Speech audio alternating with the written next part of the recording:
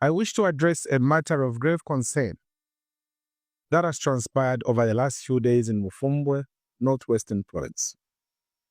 Firstly, the reported shooting, beating, and injuring of citizens who were merely trying to survive is highly unfortunate and regrettable.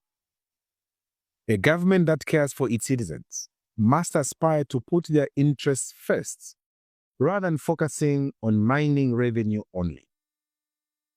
Realizing mining revenue is not a bad thing, but those resources must also be tailored to benefit citizens, not politicians or foreigners. In the case of MUFUMBWE, there's absolutely no justification for killing defenseless citizens in cold blood by law enforcement agencies, as has been reported. Whether the victims were 2 or 15, the act of killing by shooting must be condemned in the strongest sense. We must be very clear. The mandate of any government is to protect its citizens. Any government that wages war against its own citizens is a failed government. Unfortunately, that's the state of the UPND administration.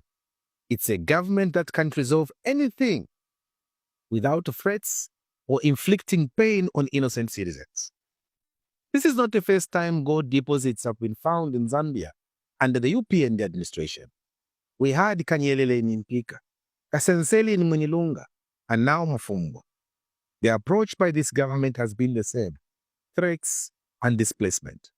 The question is, in whose interest are you displacing the citizens, who should be the ultimate beneficiaries of these resources? What is shocking is that to this day, the outgoing UPND administration has lamentably failed to come up with a mining policy that will guide the extraction of precious metals, such as gold, sugilite, and others. Under the Citizens First government, in August next year, we will implement an inclusive precious mineral policy to ensure citizens are equal participants in mineral extraction. We must regard citizens as partners in development. We can't solve the issue of illegal mining by opening fire on innocent citizens who are merely trying to survive.